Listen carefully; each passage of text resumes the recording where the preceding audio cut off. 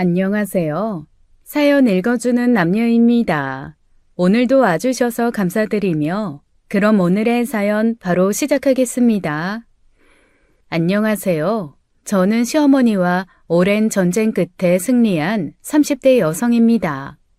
역지사지라는 말이 있잖아요. 보통 굳이 당해보지 않아도 아는 것을 꼭 당해봐야 알고 뉘우치는 사람이 있습니다. 저희 시어머니가 그런 분이셨어요. 자기 며느리한테는 전형적인 시어머니처럼 구셨으면서 본인 딸이 똑같은 시어머니를 만나자 내 딸 불쌍하다고 한탄하시던 분이었죠. 남자친구와 저는 연애 시절 한 번도 싸운 적 없는 인고 커플이었습니다. 거의 졸업할 때쯤 만난 캠퍼스 커플인데 무려 5년 만나 결혼에 이른 거예요. 처음 만났을 때부터 결혼을 생각할 만큼 잘 맞았고 따로 권태기 같은 것도 없었죠. 남편이 군대를 늦게 갔는데 고무신 신고 기다리는 것마저도 재미있을 정도였어요. 능력 있고 다정한 데다가 외적으로도 제 이상형에 맞았고 남편에게도 제가 딱 그랬다고 했습니다. 그러니 결혼하면 연애 때처럼만 살아도 원이 없겠다 싶었고 걱정도 없었어요.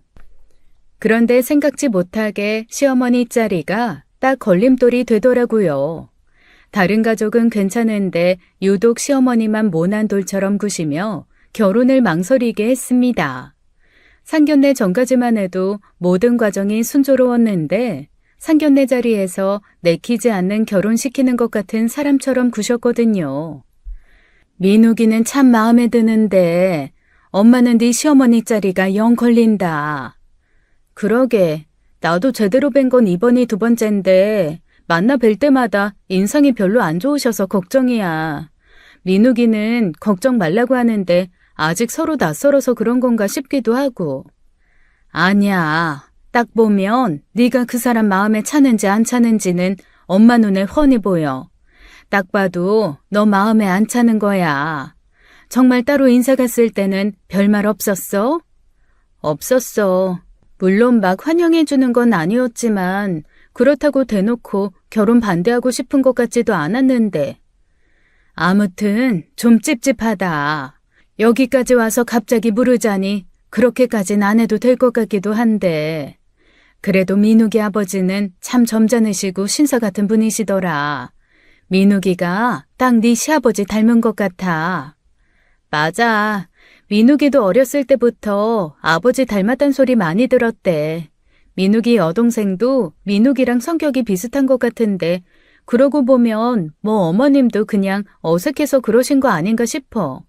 그럼 다행이지만 지금 생각해보면 긴가민가 싶을 때는 멈추는 게 맞았어요. 이 길인가 싶어 무턱대고 들어갔다가 한참 헤매다 돌아오게 되니까요. 어머니께서는 뵐 때마다 웃는 얼굴 한번 안 보여주셨고 정말 딱 인간 대 인간으로서 예의 있게만 대해주셨어요. 차라리 대놓고 군소리라도 하면 제가 마음에 안 들어서 그러시는구나 했을 텐데 그렇다고 막 나서서 반대하시는 것도 아니었어요. 그러니 제가 남편에게 조바심을 내도 남편은 별 대수롭지 않게 생각했던 거예요.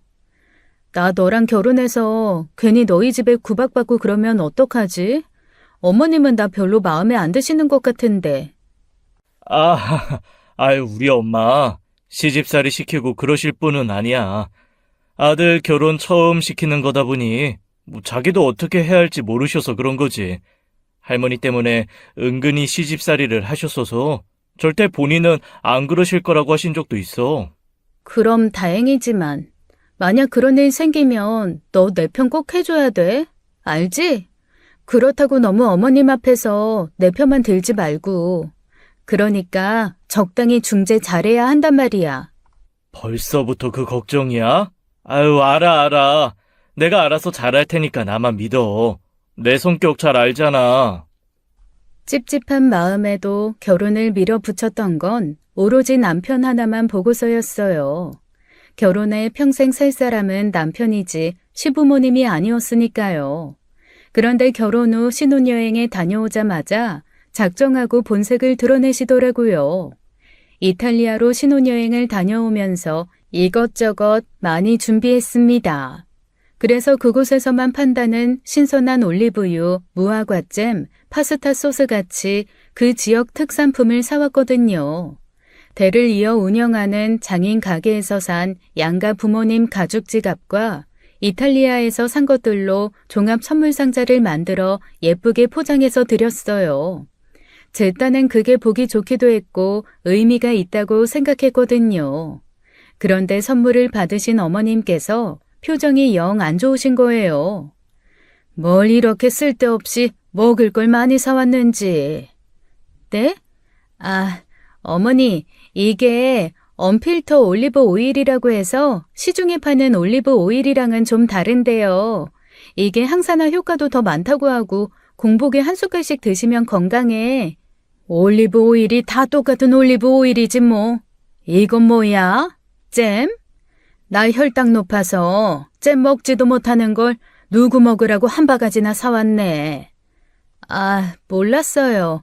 민옥 씨가 별말 없길래. 아유, 꼬부랑말이라 뭔지도 모르겠고. 이건 또 뭐야? 색깔이? 사람을 곁에 두시고도 마치 혼잣말하듯 불만을 쏟아내시는데 그날 얼마나 진땀을 뺐는지 모릅니다. 게다가 또 그런 말씀은 남편 없는 자리에서만 하세요. 하나하나 다 마음에 안 들어 하시니 괜히 준비했나 싶어 마음이 너무 불편하더라고요. 혼자 준비한 것도 아니고 남편이랑 상의해 고를 때 정말 기대하면서 고른 거거든요. 그런데 남편한테는 한마디도 못 하시면서 제 옆에서만 그런 말씀을 하시는 거예요. 게다가 좀 황당했던 게 혈당이 높아 잼이 싫다고 하셨는데 전에 함께 카페 가셨을 때 꼭 시럽을 찾으셨거든요. 커피는 좀 달달하게 먹어야 맛있다면서요. 그래서 전 혈당 관리하시는 것도 전혀 몰랐어요. 웃긴 건 그 뒤로도 제 앞에서 혈당 관리하는 건 본 적이 없다는 겁니다. 어머님이 가장 좋아하시는 간식이 떡이었거든요. 그 후로 뵐 때마다 꼭 한 번씩 마음 상하는 일이 생겼어요. 가만 보니 아들한테는 한마디도 제대로 못하고 어려워하시면서 저한테만 그러시더라고요. 엄마, 우리 이제 가볼게. 벌써? 오늘 자고 가는 줄 알았는데. 내일 일이 있어서 오후에 회사 잠깐 나가봐야 해. 그럼 미리 올라가봐야 덜 피곤하니까. 그럼 가야지. 엄마가 뭐 챙겨줄까? 아까 보니까 고들빼기 김치 잘 먹던데. 그럼 좋지. 맞다. 애정이가 아까 매실 양파 장아찌도 잘 먹던데 그것도 좀 싸줘. 그렇게 어머님께서 싸주신 걸 들고 와서 풀어보면 반찬통 2개에 들어있는 건 전부 고들빼기 김치였어요. 저는 일부러 그러셨다고 생각하는데 남편은 깜빡하고 김치만 2개 담으셨나 보다 하더라고요. 이게 희한하게 남자들은 잘 모르는데 여자들만 아는 그런 게 있더라고요. 딱 봐도 남편 좋아하는 반찬만 챙기고 제가 좋다는 건 일부러 안 챙기셨다는 게 느껴지는데도요. 그게 한 번이면 실수라고 생각했겠지만 그런 자잘한 일들이 몇 번이나 반복됐죠. 그럴 때마다 제가 속풀이 할 수 있는 곳은 친정밖에 없었어요. 진짜 겪다 보니까 치사해서 말도 안 나오더라니까. 아니 유치하게 먹을 걸로 그러시지? 먹는 걸로 그러는 게 제일 치사한 건데 네 시어머니 정말 못됐다. 딸도 있는 양반이 나중에 그 업보 고스란히 받으면 어쩌려고. 무섭지도 않은가 몰라. 어머니는 나랑 아가씨 급이 다르다고 생각하시는데 뭐. 급이 다르긴 뭐가 달라? 뭐 유학 보냈다고 유세 부리는 거래? 어머니 평생 자랑 중에 하나더라. 아가씨 일본 유학 보내서 거기서 회사 다니는 거. 정작 아가씨는 한국 돌아오고 싶어서 난리던데 어머니 눈치 보느라 못 오는 것 같고 그래. 은근히 극성이고 은근히 유난해. 은근히 유치해. 은근 여사 마음에 안 들어 죽겠어. 뭐? 은근 여사? 그게 뭐야? 그렇게 결혼한 지 1년쯤 지났을 거예요. 얼굴 자주 뵙고 편해지면 좀 나아질 줄 알았는데 말만 더 막 하시더라고요.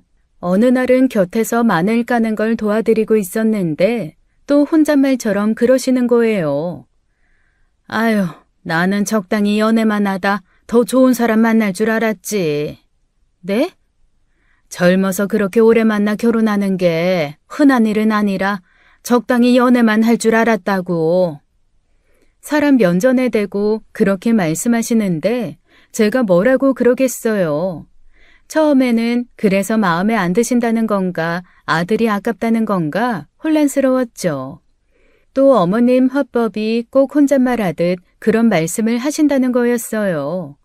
은근히 더 기분 나쁘고 사람 무시하는 것 같아 싫더라고요. 몇 번 그게 반복돼서 말대꾸를 하기 시작한 거예요. 그래서 제가 마음에 안 든다는 말씀이세요?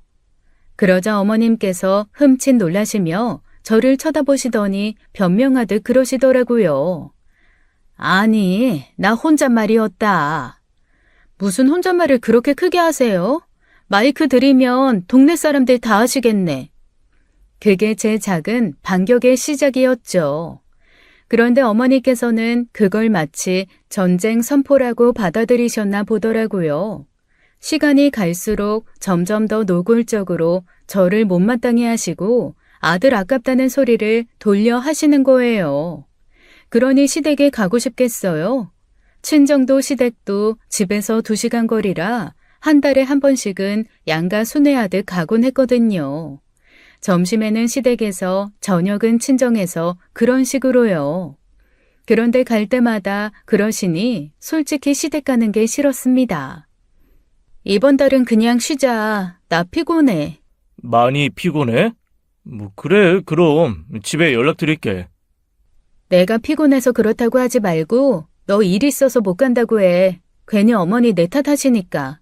에이, 뭐 피곤하면 안 갈 수도 있는 거지. 그런 걸로 그러실까? 너는 몰라. 너한테는 좋은 어머님이실지 모르겠지만 솔직히 어머니, 좋은 시어머니는 아니셔. 대체 엄마가 나 없을 때 무슨 말을 그렇게 하길래 그래? 그냥 뻔하지 뭐. 더 좋은 며느리감 데려올 줄 알았다. 더 참한 애를 데려올 줄 알았다. 뭐 그런 식. 진짜 우리 엄마가 그런 소리를 했다고? 그럼 내가 뭐 거짓말해? 너 그런 식으로 말할 때마다 나 거짓말쟁이 취급하는 것 같아서 기분 나빠. 내가 어머님 때문에 스트레스 받는다고 할 때마다 별일 아닌 것처럼 취급하고. 내가 분명히 중재 잘하라고 했지. 우리 엄마는 뭐 바보라서 가만히 있고 네가 완벽한 사위라서 아무 말 안 하는 줄 알아? 귀한 자식 보냈으니 너도 귀한 자식 취급해주는 것뿐이야. 너 아마 우리 엄마가 어머니처럼 똑같이 했으면 너 절대 가만히 안 있었을걸? 참다 남편에게 그렇게 한 소리 하면 남편은 그제야 좀 심각한 문제구나 하는 것 같았어요. 문제는 무슨 일이든 믿음직하게 굴었던 남편이 고부 갈등 문제에서는 고장난 바퀴처럼 군다는 거였습니다. 그렇게 한바탕 하고 난 후 이튿날 어머님께 연락이 왔는데 굉장히 화가 나셨더라고요. 얘, 너 민욱이한테 대체 무슨 소리를 했길래 애가 아침 대바람부터 전화해서 그러니? 네? 무슨 말씀이세요? 어머, 얘 팔배 많은 것 좀 봐. 기가 막혀서. 너 내가 뭘 어쨌다고 민욱이를 들들 볶니?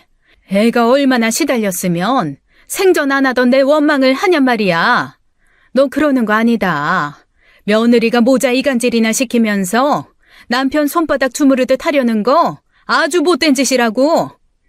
어머니, 민욱 씨가 뭐라고 했는데 그러세요?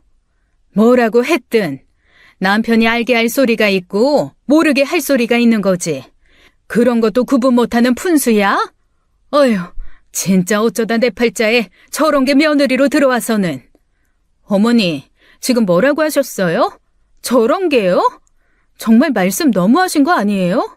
뭐가 그렇게 마음에 안 들어서 그러시는데요. 저 민욱 씨에 비해 뒤처지는 거 없고 부족한 거 없다고 생각하는데요. 너네 집은 거울 없니? 뭐 하나하나 못 미치는 거 따져달라는 거야? 나는 너 처음부터 마음에 안 들었어. 5년이나 사귀면서 내 아들한테 꽃다발이며 선물 받아가는 것도 싫었고 지엄마 챙길 줄은 모르면서 휴가 때마다 너 가고 싶은데 끌고 다니는 것도 싫었다. 결혼하면 또 달라지겠지 했더니 아주 며느리라는 게 시부모는 생각도 안 하고 지들끼리만 좋아서 살면 그만이고. 아휴, 어디 가서 내가 부끄러워서 말도 못하지. 결국 그 일로 시어머니의 진심을 들을 수 있었는데 저는 기가 막혀 말문이 막혔습니다. 그러니까 자기 아들이 자기한테도 안 하던 짓을 저한테 하며 챙기는 게 싫다는 게 주된 이유였어요. 저희 어머니는 저희끼리 여행 가고 제가 남자친구 위해 선물을 준비하면 젊을 때다, 청춘이다, 참 보기 좋다고 하셨거든요. 그래서 어머니 생각이 도저히 이해가 안 되더라고요. 엄밀히 말하면 자기 아들한테 불만을 가져야지 왜 그걸 저한테 불만을 가지나요? 그 일로 열받아 남편이랑 처음으로 대판 싸웠습니다. 대체 무슨 말을 어떻게 했으면 어머님이 저한테 그런 얘기를 하게 하냐고요.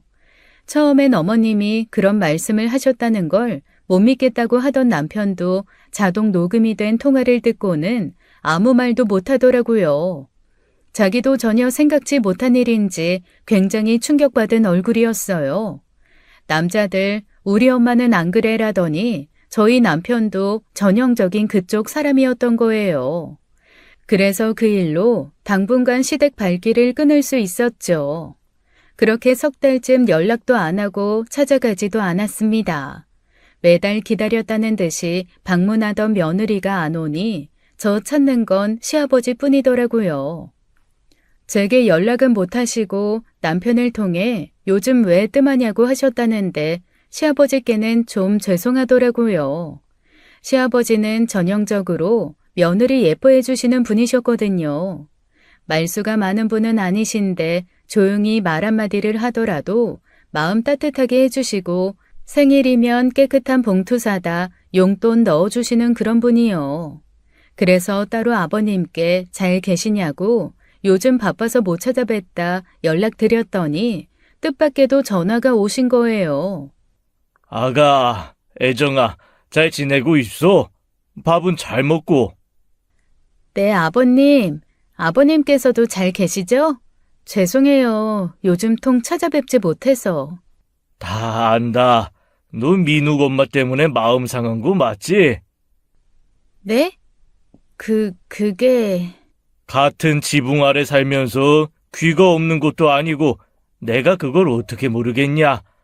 궁시렁궁시렁 혼잣말이 많던 사람이 어느 날부터 전화통을 붙잡고 그렇게 너 안 좋은 소리를 하는데 둘이 무슨 일이 있어도 있지 싶었다. 마음 상했다면 내가 사과하마. 아니에요. 아버님께서 그러신 것도 아닌데 왜 아버님께서 사과를 하세요? 뻔하지. 민욱 엄마가 너 보통 서운하게 했겠냐? 평소에도 살갑게 대해주지도 않았는데 그 사람이 안 그래 보이지만 질투도 많고 아들 유세도 부리고 싶어하는 사람이라 그래. 미안하다. 내가 단도리를 했어야 하는데 괜히 귀한 사돈딸만 마음고생시켰구나. 그러니 나 봐서라도 네가 마음 좀 풀어다오. 오다 안 오니 내가 마음이 너무 허전해 그래. 아버님께서 그렇게 말씀하시니 저도 마음이 너무 안 좋아 결국 다시 시댁을 찾게 된 거예요. 시어머니 하나 때문에 저 예뻐해 주시는 시아버님 마음 외면하는 것도 도리가 아닌 것 같았고요. 그 일로 남편도 충격을 받아서 제 눈치를 보기 시작했고 확실한 중재를 하려는 노력이 보여 가능했던 일이죠. 가더라도 어머님께는 인사만 드리고 따로 일을 도와드리지도 않았어요. 처음엔 잘 보이고 싶은 마음에 주방에 들어가 이것저것 다 거들었는데 그랬더니 절 더 무시하는 것 같기도 했고요. 그랬더니 한 번씩 저를 쳐다보는데 도끼 눈을 하고 쳐다보더라고요. 감히 며느리가 시어머니한테 대접만 받고 있으니 열이 받으셨겠죠. 근데 시아버지나 남편 앞에서는 한마디도 안 하시고 그렇게 쳐다보기만 하시니 이게 뭐 하는 건가 싶더라고요. 저도 싸우려고 결혼한 게 아니었으니까요. 서로서로 아껴주고 보듬어줘도 모자랄 판에 쓸데없는 기싸움으로 감정 낭비하는 것 같아 너무 불편했죠. 그래서 제가 먼저 마음을 열고 어머님께 말씀을 드렸어요. 어머니, 어머님이 저 마음에 안 들어도 저 어머님 아들이랑 결혼해서 사는 사람이에요. 이제 앞으로 평생 볼 사이인데 이렇게 지내는 거 어머님도 너무 불편하잖아요. 아버님이나 민욱 씨도 여러모로 괜히 신경 쓰게 하는 것 같고, 저도 어머님이랑 이런 식으로 지내고 싶지 않아요. 제가 어머님께 부족한 며느리일지라도 조금만 더 예쁘게 봐주세요. 저도 노력해서 언젠가는 어머님 성에 차는 며느리가 될 수 있도록 노력할게요. 제 딴엔 정말 진심을 다해 잘 지내보고 싶다고 한 말이었어요. 그날도 어머님은 자존심인지 제대로 대화는 안 하려고 하시더라고요. 자리를 피하고 싶으셨는지 알았다며 저를 내보내셨죠. 그래서 그 뒤로는 다시 한 달에 한 번씩 찾아뵈면서 식사도 함께하고 맛있는 빵이나 좋은 거 있으면 사뒀다가 가져가 챙겨드리기도 했어요. 못해도 일주일에 2번씩 안부 전화도 드리고 제 딴엔 한다고 다 했는데도 어머님 기준 맞추기가 어렵더라고요. 뭘 사다 드려도 시큰둥 트집이나 안 잡으시면 다행이었습니다. 결국 참다 터진 게 명절 때였어요. 일본 사는 아가씨가 티켓을 못 구해서 추석 당일에 겨우 왔거든요. 그러다 보니 예상 도착 시간이 한밤중이었는데 아가씨랑 추석을 같이 보내야 한다며 친정에 못 가게 하시는 거예요. 서희 9시에나 도착한다고 하니까 늦은 저녁 같이 먹고 오늘 자고 가라. 어머니, 저희 어머니 아까부터 기다리고 계세요. 저녁 같이 먹자고 다 차려놓고 기다리시는데 저도 친정 가야죠. 명절인데 그럼 민욱이 동생도 안 보고 가겠다는 거야? 다른 데 사는 것도 아니고 바다 건너온 애를 기다렸다 맞아줘야지. 아무도 없는 집에 오게 하라고? 아무도 없는 거 아니고 어머님 아버님 계시잖아요. 아가씨가 어머님 아버님 뵈러 오는 거지 저 보러 오는 것도 아닌데요. 저도 명절에 부모님이랑 같이 보내야죠. 됐고 잔말 말고 이따가 가라. 괜히 민욱이한테 쓸데없는 소리 하지 말고. 어떻게 된 게 너는 시집 와서 너 건 다 챙기고 살려고 하니? 나 때는 시어머니가 죽으라면 죽는 신용도 했어. 요즘 애들은 왜 그렇게 기본이 안 돼 있나 몰라. 어머니께서 죽으라면 죽는 신용하는 게 기본이에요? 그게 기본이면 저 그냥 기본 안 하고 살래요. 저 결혼해도 저희 부모님 딸이고 명절마다 부모님 얼굴 볼 자격 있어요. 아가씨도 어머님 아버님 보러 바다 건너 여기까지 오는데 왜 저는 친정 못 가게 하시는 거예요? 무슨 일이야? 또 무슨 일인데 그래? 아무것도 아니야. 별일도 아닌 거 가지고 내 앞에서 목소리를 높이네. 아가, 너 왜 그래? 왜 그렇게 화가 났어? 아니, 시엄마가 또 뭐라 그래? 또 애를 뭐라고 잡았길래 애가 이렇게 화가 나 있어? 애정이한테 허튼 소리 하면 내가 가만히 있지 않겠다고 했지? 내가 뭐 못할 소리 한 것도 아닌데 왜 나한테만 그래? 아, 그럼 못할 소리 한 것도 아닌데 애정이 저게 당장이라도 울 것처럼 저러고 있어? 참나, 서희 오는 거 보고 같이 밥 먹고 자고 가라고 했어. 그 소리가 그렇게 못할 소리야? 추석에 얼굴 보고 가족들 다 같이 모여서 밥 먹자는 게 그게 못할 소리냐고. 뭐? 아, 사돈 기다린다는 거 못 들었어? 안 싸더니 민욱이 저거 차려준다고 새벽같이 시장 봐서 저녁상 봐놓고 기다린다는데 아, 서희 그게 뭐라고 며느리를 잡아? 서희가 우리 보러 오는 거지 애정이 보러 오는 거야? 서희도 불편해해. 애들 기다린다고 좋은 사람 아무도 없다고. 당신 혼자 좋은 일이잖아. 시아버지께서 나서서 그렇게 불같이 화를 내시자 어머님께서는 한마디도 못 하시더라고요. 뒤늦게 밖에 나갔다 들어온 남편도 무슨 일인가 싶다가 어머님께 한 소리 하고요. 아, 엄마가 애정이 안 보내면 내가 장인어른 장모님한테 뭐가 돼? 내 입장은 생각도 안 해? 그리고 서희 뭐 1년에 한두 번 들어와? 지난번 여름 휴가 때도 한국에 들어와 보냈잖아. 그거 고작 2달 전이야. 여름 휴가랑 명절이랑 같아? 명절은 자고로. 아, 이 사람이 그래도? 당신이 그럼 안싸돈한테 전화해.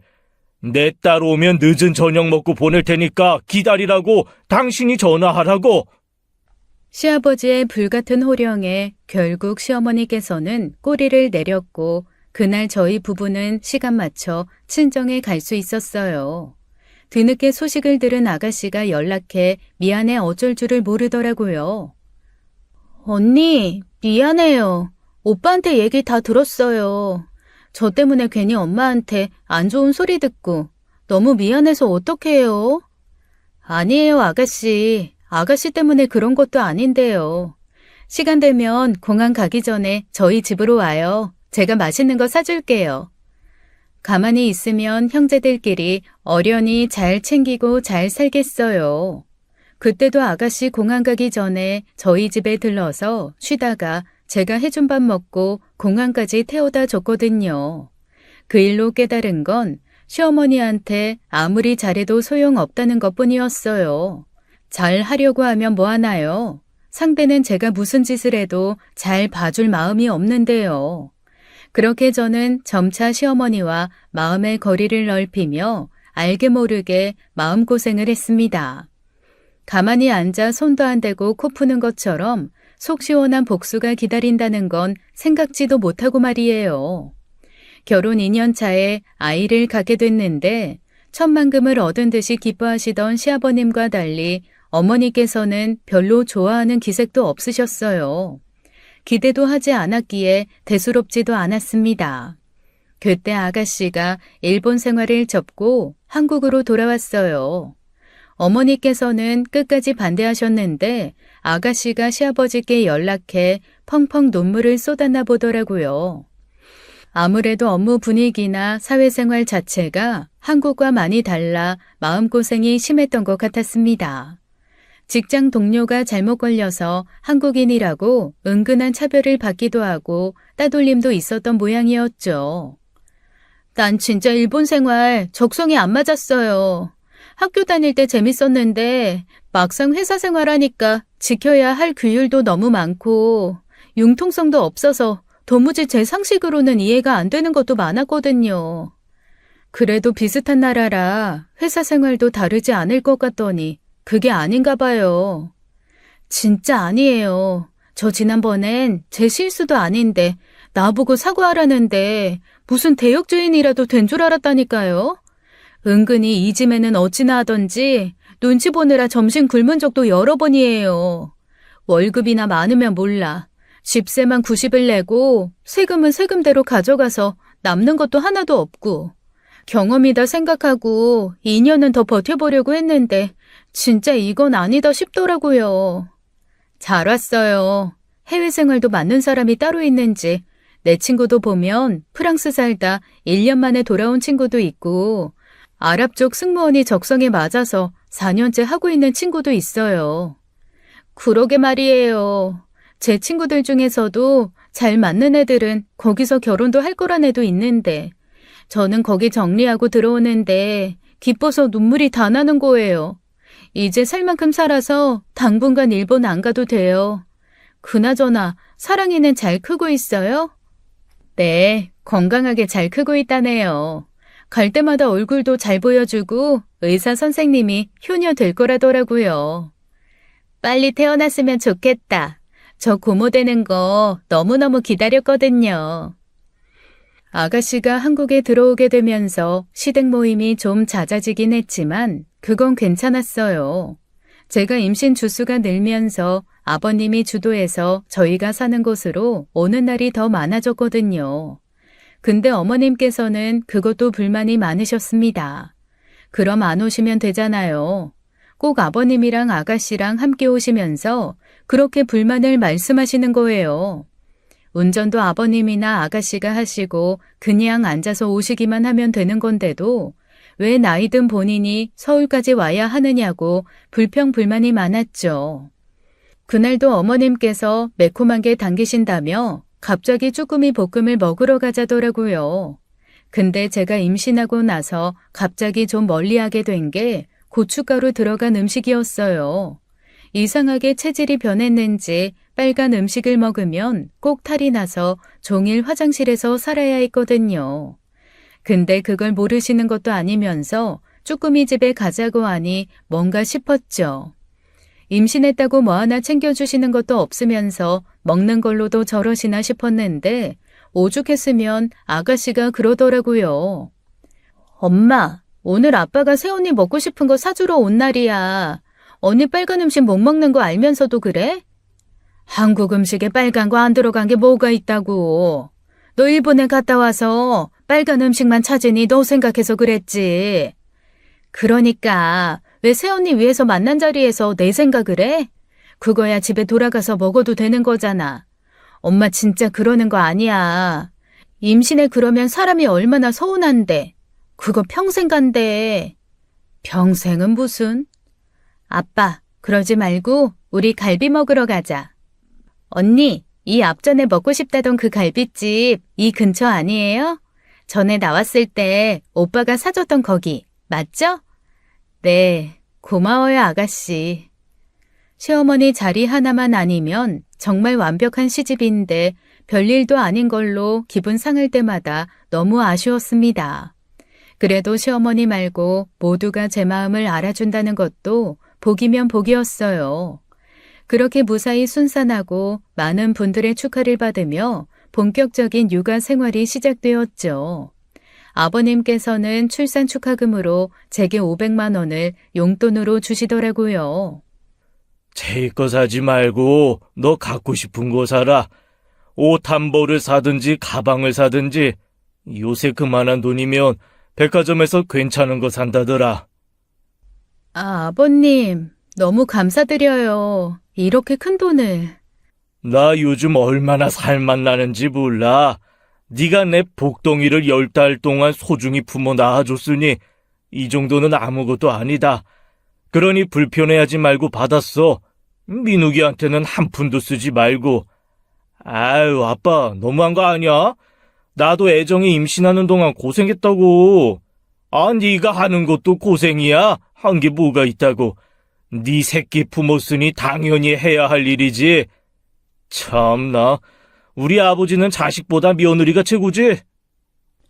좋은 시아버지 덕분에 대접받고 살아 좋았지만 시어머니께서는 그것도 굉장히 싫어하셨어요. 사실 어머님 마음도 전혀 이해가 되지 않는 건 아닌 게 아버님이 어머님한테는 잘하시는 편이 아니었거든요. 마누라 생일에는 몇십만 원 쓰는 것도 엎드려 절박이면서 며느리한테는 달란 것도 아닌데 500씩이나 턱턱 쓴다고 불평하셨어요. 근데 그건 아버님께 불만을 가질 수 있는 일이어도 저를 미워할 수 있는 빌미가 되는 건 아니잖아요. 항상 애먼데 화풀이 하시는데 결국 만만한 저한테만 푸시는 것 같아 저도 불만이 차곡차곡 쌓이던 와중이었습니다. 그렇게 아이 돌 때쯤 됐을 거예요. 정말 누구도 상상하지도 못한 일이 터진 겁니다. 어느 날 친정에 갔는데 남동생이 곧 결혼할 여자친구를 데려온다고 하더라고요. 재혁이 여자친구 있었어? 난 몰랐는데. 나는 알았간. 너랑 다르게 재혁이 저게 자기 얘기는 하나도 안 하잖아. 만나는 애가 있냐고 물어도 알아서 한다고 신경 쓰지 말라더니 진짜 알아서 할 모양이었나 보지. 어떤 애래? 동갑? 연하? 동갑인 거 말고는 말도 안 해주더라. 무슨 속셈인지 모르겠는데 놀라지나 말라고 하더라고. 이따 저녁에 인사하러 온다고 했으니까 내가 만나고 얘기해 줄게. 사위랑 며느리 자리가 또 이렇게 다르다. 엄마 긴장돼 죽겠어. 저도 엄마만큼이나 긴장이 됐습니다. 살면서 여자친구 있다는 이야기를 한 번도 한 적 없는 애라 궁금하기도 엄청 궁금했고요. 남편도 과연 처남이 어떤 여자를 데려올지 기대가 된다더라고요. 그런데 그날 저녁 엄마 전화를 받고 저희 모두 기가 막혀 할 말을 잃고 말았어요. 혜정아, 일났다 일났어. 왜? 재혁이는 갔어? 무슨 일인데 그래? 재혁이가 데리고 온 여자애가? 아휴, 내가 진짜 속상해서. 왜? 빨리 얘기 좀 해봐. 답답해 죽겠어. 별로야? 인물이? 학벌이? 그런 거면 괜찮은데. 설마 성격이 별로야? 그게 아니라 재혁이가 결혼하겠다고 데려온 여자애가 글쎄 사돈처녀야. 어? 그게 무슨 말이야. 사돈처녀가 누군데? 너무 놀란 나머지 저는 그렇게 멍청한 질문을 했어요. 엄마한테 사돈처녀면 남편 여동생 저희 아가씨밖에 없었거든요. 사돈처녀가 누구긴? 민욱이 동생이지. 민욱이 동생? 뭐? 아가씨라고? 그러니까 재혁이가 지금 아가씨랑 결혼하겠다고 했단 말이야? 미쳤어. 정신을 차린 저도 팔짝 뛰었고 엄마도 미치겠다고 가슴을 치시더라고요. 수화기 너머로도 퍽퍽 가슴 두드리는 소리가 선명했거든요. 곁에서 듣던 남편도 그게 무슨 소리냐고 벙찐 얼굴로 쳐다보고 있었는데 이게 대체 무슨 일인가 싶었습니다. 세상이 참 좁은 게 알고 보니 두 사람이 각자의 친구를 통해 소개팅으로 만났다고 하더라고요. 일본에서 돌아와 몇 달 쉬던 아가씨가 서울에서 일하며 자취를 시작했는데 그때 만나게 된 거였어요. 황당한 건 두 사람이 처음 만난 자리에서 서로를 알아보고도 마음을 키웠다는 거예요. 그러니 저희 부모님도 시댁도 기가 막혀 난리가 난 것이죠. 시어머니는 겹사도는 말도 안 된다며 머리를 싸매고 들어 누우셨고 저희 집도 그건 마찬가지였어요. 문제는 그 두 사람의 생각이 너무 확고하다는 것이었습니다. 재혁아, 대체 무슨 생각으로 그런 거야? 알면 시작을 말아야지.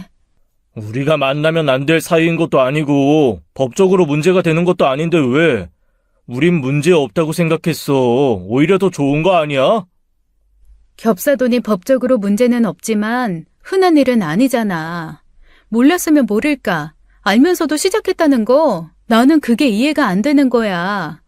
가뜩이나 어른들은 족보 끄이는 거 싫어하는데 처남이 매제되고 아가씨가 옳게 되고 채희한테도 고모가 외숙모 되는 것도 문제지만 사돈처녀를 며느리로 맞이하는 게 쉽겠어?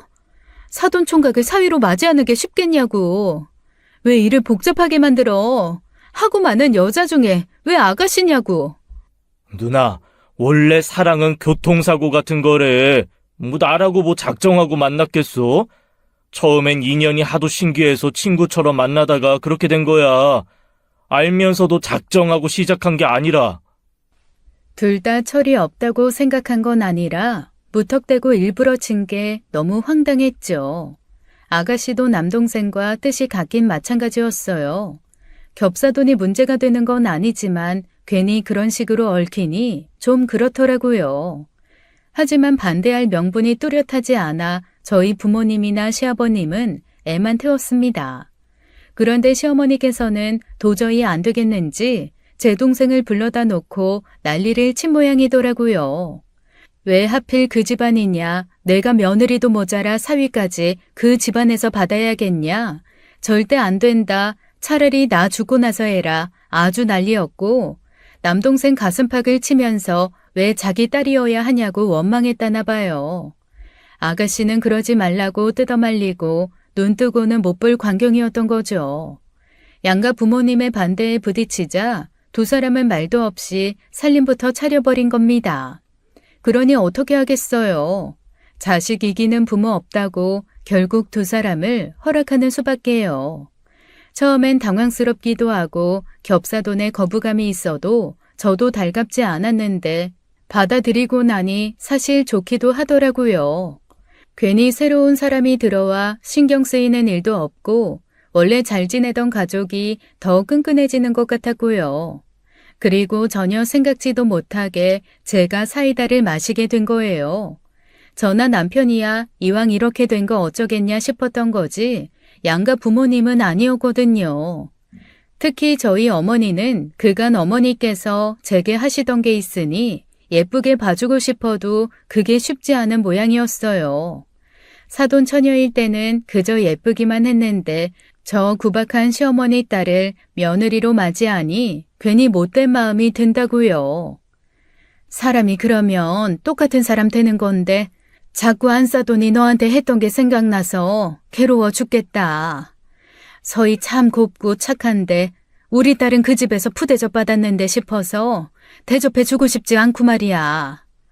아유, 우리 엄마 마음 많이 아팠었나 보네. 그래도 너무 그러지 마. 아가씨는 나한테 얼마나 마음 많이 써줬는데 어머님이 너무하신 거지 아가씨가 너무하신 거 아니잖아. 똑같이 당해봐야 알지 싶어서 그러지.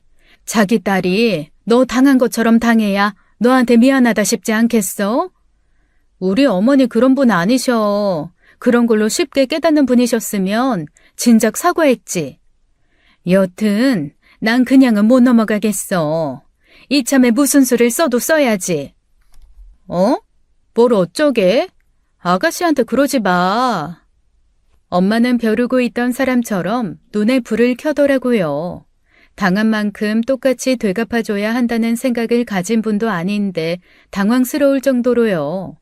그런데 그 뒤로 정말 엄마가 제가 시어머니께 당했던 것처럼 아가씨한테 똑같이 하는 거예요.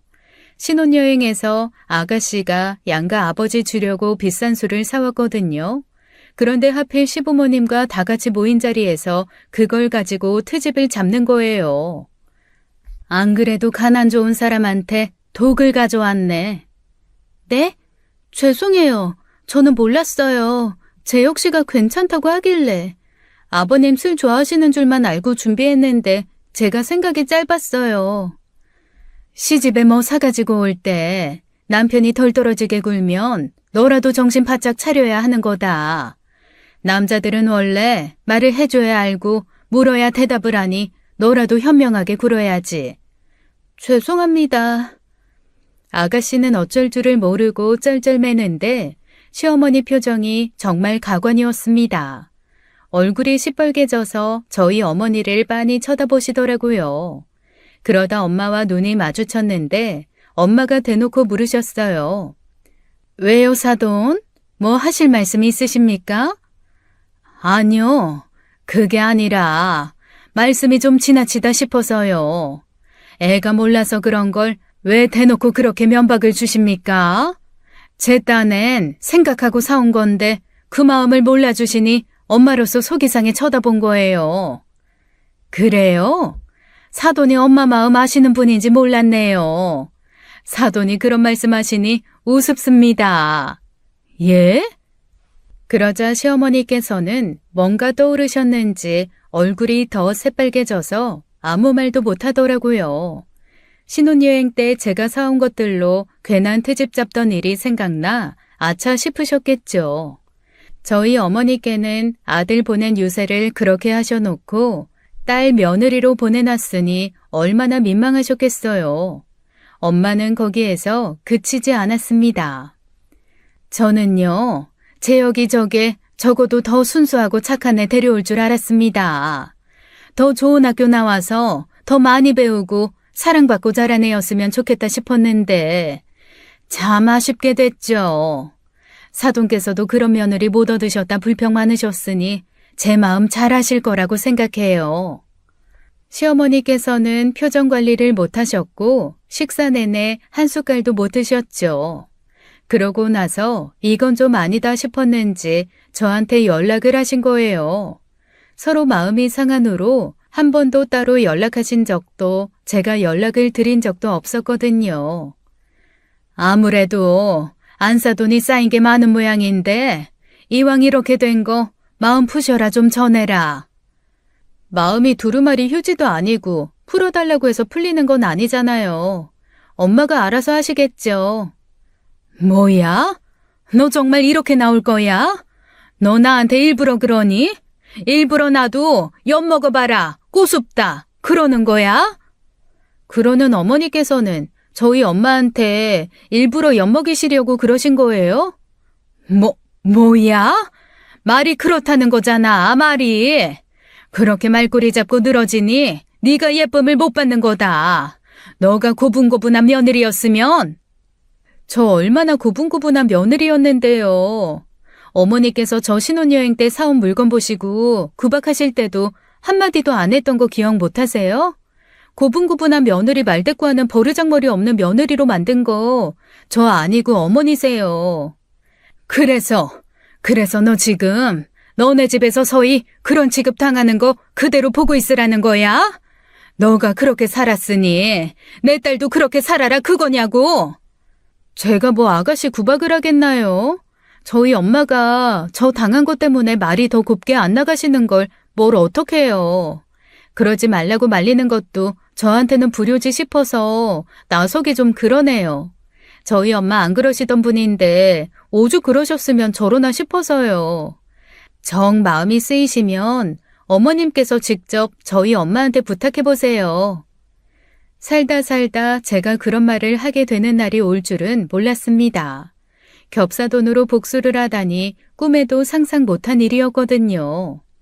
이제야 저희 엄마 마음, 제 마음을 좀 아시려나 싶어 입이 귀에 걸렸죠. 그러면서도 한편으로는 마음이 그렇게 편하지만은 않았어요. 어머님한테 안 좋은 감정이 남은 거지 아가씨는 아니었으니까요. 그래서 엄마한테도 너무 그러지 말라고 당부해 두긴 했습니다. 그러다 그의 설이었어요. 그 일이 있고 나서 얼마 안 된 일이었죠. 겹사돈이다 보니 좋은 게 명절을 한꺼번에 같이 보낼 수 있다는 거더라고요. 같은 지역에 살다 보니 한 차로 움직이면서 첫날은 시댁에서 둘째 날은 친정에서 보내기로 한 거예요. 그렇게 처음으로 다 같이 설을 보내기 위해 시댁을 먼저 찾은 날이었습니다. 다 함께 들어서는데 벼랑간 어머니께서 저를 향해 물세례를 퍼붓는 게 아니겠어요? 먼저 들어온 아가씨와 남동생, 남편까지 돌처럼 얼어붙었죠. 비에 젖은 생쥐꼴로 놀라 쳐다보니 시어머니께서 물바가지를 들고 씩씩거리며 있는 거예요. 진짜 하다. 똑같이 해주겠다면 나는 토해야겠다. 내가 그게 무서워서 너한테 찍소리도 못한 줄 알았어? 어머니. 엄마 왜 그래? 아, 미쳤어? 대체 뭐 하는 짓이야? 엄마 미쳤나봐 진짜. 언니 잠깐만요. 제가 입으로 줄게요. 수건이. 언니는 무슨 언니야? 너는 그러고 당하고 살면서도 속 좋게 그런 소리가 나와? 아무리 그래도 그러는 거 아니다. 나 미운 거지 얘 미운 거야? 어떻게 예쁨 받겠다고 찾아가 내 찬밥 먹이고 저 좋다는 반찬 멀리 밀어놓고 서럽게 먹는 거 가지고 그러는 거 아니다. 자기도 부모면 그게 얼마나 가슴 미어지는 일인지 알 텐데 어떻게 똑같이 그래? 시어머니께서 저를 앞에 두고 울분을 쏟아내시는데 이게 대체 무슨 일인가 싶었어요. 남편이랑 시아버지가 어머니를 안방으로 데리고 가서 저는 일단 젖은 몸을 닦았죠. 어머님 말씀을 듣고 나니 설마 엄마가 진짜 그랬나 싶어 아가씨 보는 게 미안하더라고요. 아가씨가 다급하게 제 머리와 옷을 닦아주는데 제가 수건을 빼앗고 물었습니다. 아가씨, 그게 진짜야? 우리 엄마가 정말 아가씨한테 찬밥 주고 반찬도 밀어놓고 그랬어? 그러자 아가씨는 어쩔 줄을 모르겠다는 듯 문 너머 눈치를 좀 보더니 제 귀에 대고 속삭이더라고요. 그게 아니고요. 실은 저 어머니랑 짰어요. 어? 짜다니? 어머니께서 저 불러다 그러시더라고요. 제가 미운 게 아니라 그동안 언니 며느리로서 구박한 시어머니 너무 미워서 뭐라도 좀 하시고 싶으시다고. 엄마 앞에서 구박하는 거 진짜 미워서 그러는 거 아니니 마음 쓰지 말라셔서 그럼 제가 돕겠다고 한 거예요. 뭐? 그럼 찬밥 줬다는 건? 찬밥 없어서 물 말아 먹은 건 제 역이에요. 저 따뜻한 밥에 어머님이 해주신 아구찜 진짜 맛있게 먹었어요. 술 가지고 구박하신 것도 다 저한테 미리 말씀하신 거고 저는 적당히 받아들인 것뿐이에요. 이번에도 시댁에 가서 찬밥 먹었다고 하면 엄마가 그 마음 좀 알까 싶어서 그랬던 건데 설마 언니한테 물을 뿌릴 줄은 꿈에도 몰랐어요. 너무 미안해요. 언니한테 따로 말할까 싶었는데 언니도 좀 통쾌했으면 싶어서. 제가 모르면 모를까 엄마가 언니한테 한 짓을 아는데 제가 어떻게 그냥 두고 보고 있어요. 알고 보니 엄마와 아가씨가 시어머니께 제 복수를 해주겠다고 준비한 짜고 치는 고스톱이었던 거예요. 아가씨한테 미안한 마음이 싹 가시니 솔직히 좀 통쾌하더라고요. 어머님이 똑같이 당했다는 것보다는 어머님 말고 다들 저 생각해 그렇게 나서줬다는 데에 감동했죠. 엄마 저러는 거 보니 아직 정신 못 차렸지 싶어요. 나 귀한 줄 알면 언니도 어머님한테 귀한 딸인 거 알아야지. 대체 어디까지 해야 정신 차릴까요? 너무 마음 쓰지 마. 내가 어머님 하루 이틀 겪는 것도 아니고. 그렇게 쉽게 변하실 분이었으면 내가 더 노력했겠지. 나 기대도 없어. 아니, 두고 봐요. 내가 꼭 엄마 사과 받아내줄 테니까. 고맙게도 아가씨는 그렇게 결연한 다짐을 하며 문 너머를 쏘아보았습니다. 아버님도 속상해할까봐 사실대로 말씀드리고 양해를 구해야 했어요. 그러자 아버님께서는 통쾌하게 웃으시며 그러시더라고요. 내가 그럴 줄 알았지. 아예 안 싸더니 어디 그럴 뿐이시냐? 네 엄마는 좀 당해봐야 돼. 사람이 역지사지를 해봐야 알면 해줘야지. 다 같이 작정하고 시어머니 한 사람 속이는 것 같아 마음이 편하진 않았지만 남편도 이왕 이렇게 된 거 그냥 지켜보자고 하더라고요. 자기도 신경 쓴다고 썼지만 그래도 부모라 마음껏 나서주지 못한 게 내내 미안하고 마음에 걸렸다면서요. 그 뒤 아가씨는 저희 집에 갔다 올 때마다 시름시름 앓았고 어머님 앞에서 눈물을 보이는 날도 있었습니다. 여름 휴가 간다고 다이어트 하는 걸 시집살이로 고생해서 살이 쏙 빠졌다고 생각하시며 속상해 하시더라고요. 결국 보다 못해 안 되겠다 싶었는지 저희 엄마한테 연락해 따졌나 보더라고요.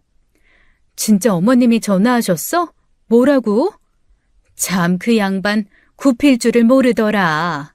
그저 그동안 미안했다. 이제 당신 딸도 귀하게 대접해 줄 테니 그만하셔라 하면 나도 알겠습니다 할 텐데 끝까지 그냥 어떻게 사람이 그러냐는 둥 자기는 그렇게까진 안 했다는 둥 그래도 민욱이는 지 처편이라도 들었지 내 아들은 자기 딸 편도 안 들어주는 것 같다는 둥 아주 전화통화 붙잡고 하소연을 어찌나 하든지 내가 듣다 화가 나서 소리를 꽥 하고 질러버렸어. 뭐라고 했는데? 뭐라고 하기는 사돈이 내 딸한테 떡 주면 나도 사돈 딸한테 떡 주는 거고 사돈이 내 딸한테 엿을 주면 나도 사돈 딸한테 엿을 줄 거라고 내지르고 끊었지. 어머님 양 많이 오르셨겠네. 한번 두고 볼게. 어머님이 나한테 떡을 주는지 엿을 주시는지. 과연 어머님께서 변하실까 기대가 되니 시댁 가는 날이 기다려지기까지 하더라고요.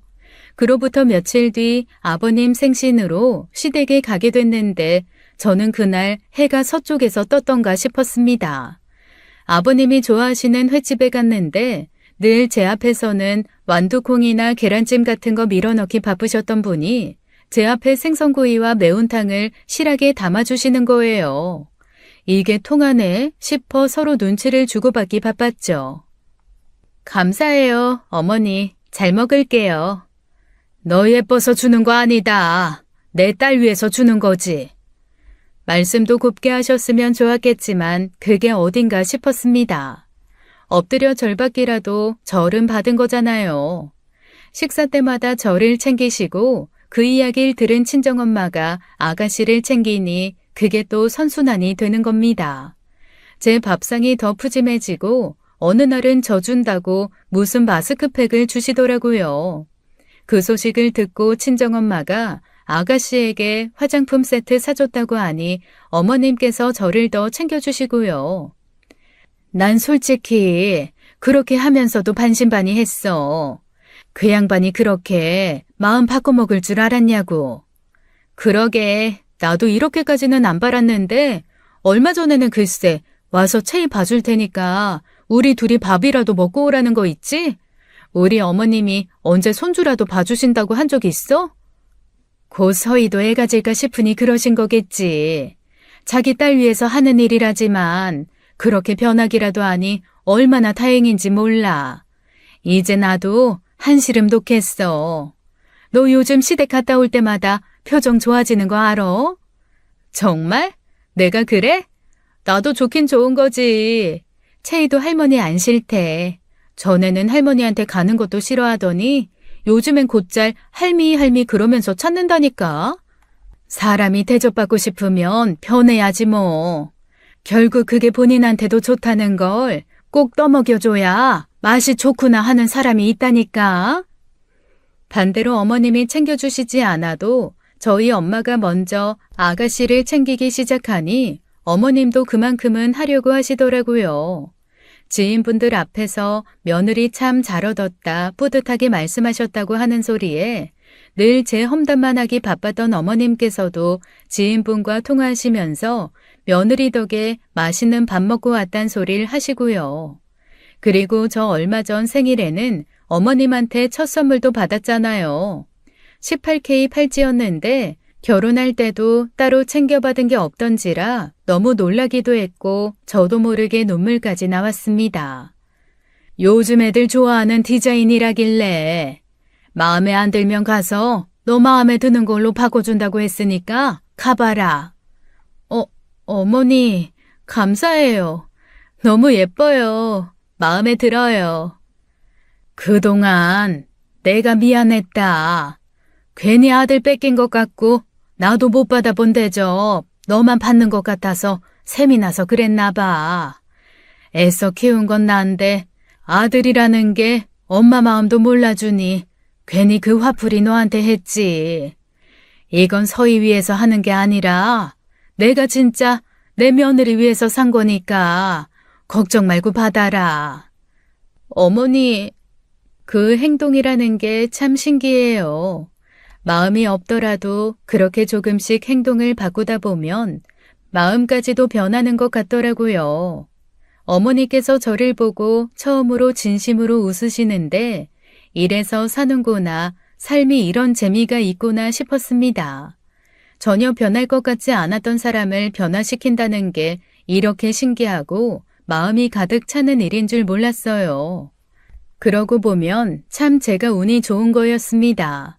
아가씨가 다른 집에 가서 어머님보다 더한 시어머니를 만났다고 해도 아마 저에게 하는 행동이 달라지진 않았을 거예요.